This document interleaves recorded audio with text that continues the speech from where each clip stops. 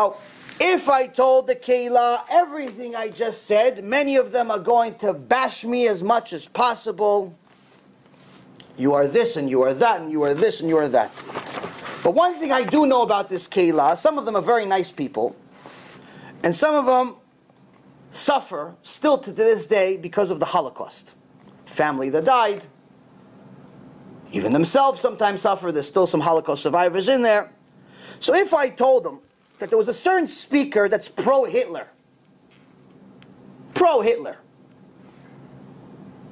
they'd cancel the event immediately, right? Logically, I mean, you're a Jew, even if you're not religious. Somebody says, listen, Hitler, decent guy. Anything positive about Hitler and Machshimo, it's not a good thing. Not for a Jew, at least. Kvod Hashem, not so much. Hitler, okay, so let's just see.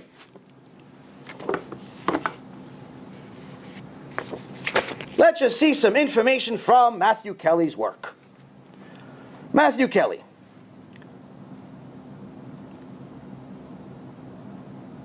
In his book, he writes this: in preparing to write this book, I tried to take a fresh look at the Gospels and all the people in them. Excuse me for reading all of this garbage. I have to for the purpose of proving my point. I was hoping to rediscover Jesus by rediscovering the people he interacted with. The thing that fascinated me about the Pharisees, as I rediscovered them, was that they always accused Jesus of blasphemy. By the way, Pharisees, for anyone who doesn't know, is a derogatory term for Jews.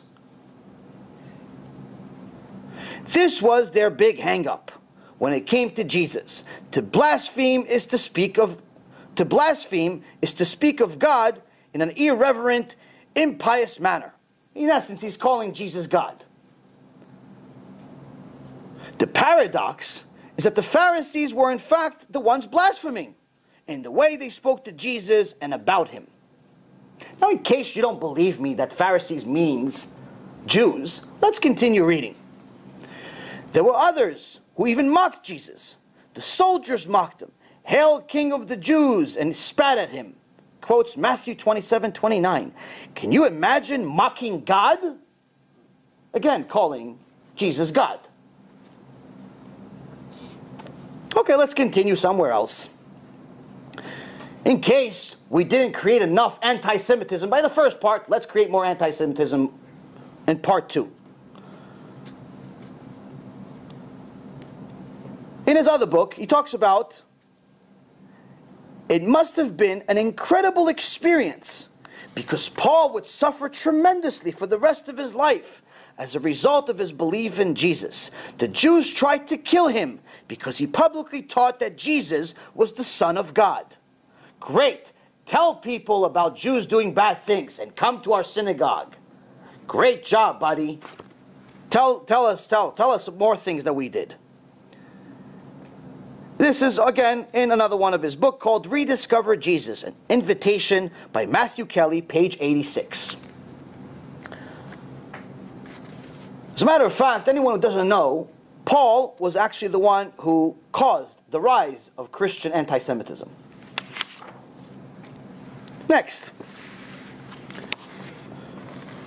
In Rediscover Jesus, page 38, Matthew Kelly says this: God gave Moses the 10 Commandments. By the time of Jesus, these had evolved to 613 laws.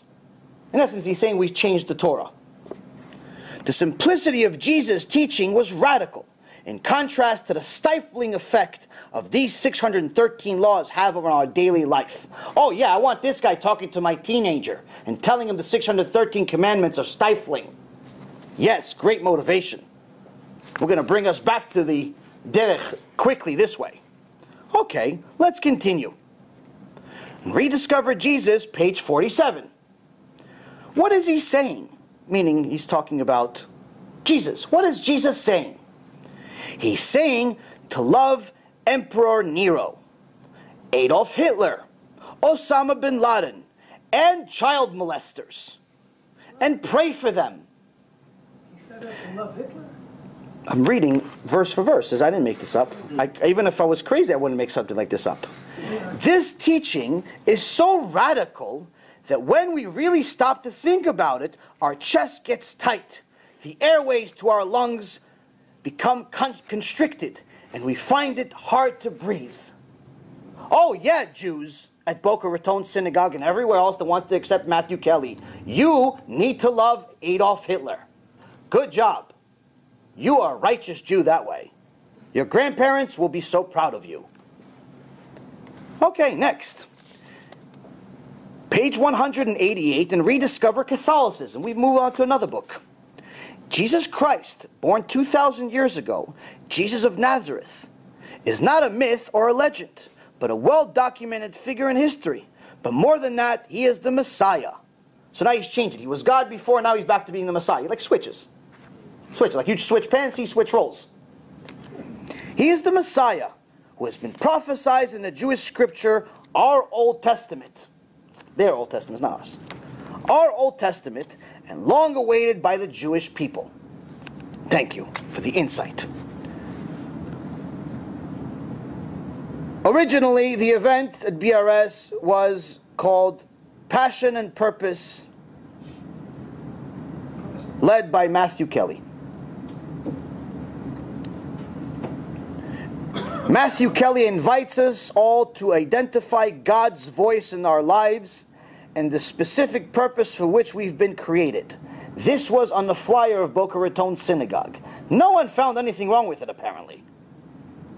We're going to learn God's voice in our lives and the specific purpose. Why? Because it was pitched as if this guy is like some motivational speaker. I can't really say Tony Robbins because he's also an idol worshiper and he also mentions Jesus in his lectures. Just lay into them. If you go to like the seminars and you go deep into it, it starts talking about J.C. Penney.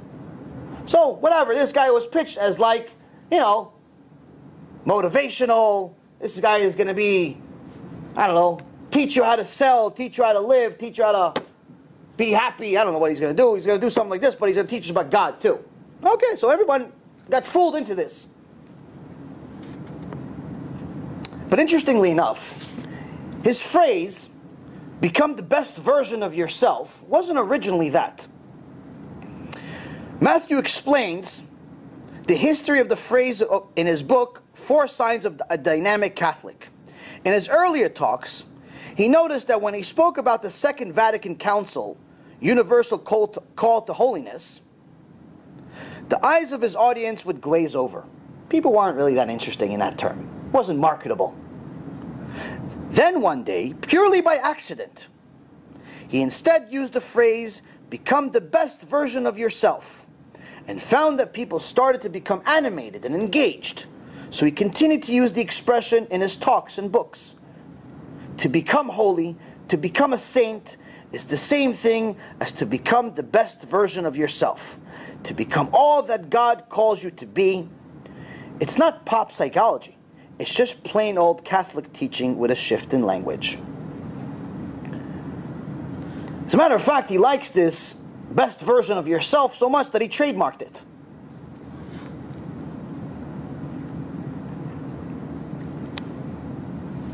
And he also trademarked universal call to holiness.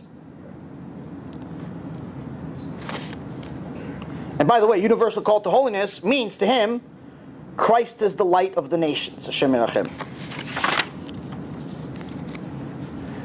And as I told you before, he went to a campus to promote being a better you. And this is what they wrote briefly. According to Kelly, everyone, regardless of religion, must answer the question, who was Jesus? Mr. Kelly was asked what he thought about the problem of evil. He responded by saying, suffering is part of the human experience. Christianity is the only religion that explains suffering. This is what he says, this idiot. Catholicism is your path to become the best version of yourself. This is again quoting people, not me. And in case anyone thinks I'm exaggerating about his fees, you could just go to keynotespeakers.com, put his information. He used to charge $40,000 per lecture plus demand a a first-class ticket, and and so on. Now I think it's $30,000. He got a little cheaper because he sells a lot of books. So he sells enough books to make up the other 10,000. Or for whatever reason, he's 30,000. So apparently, someone, whether it's BRS or the Jewish Federation that's co-sponsoring this horrific Chilul Hashem, someone is paying a ton of money for us to be fooled by idol worshipping. Great. Now, it's convincing enough?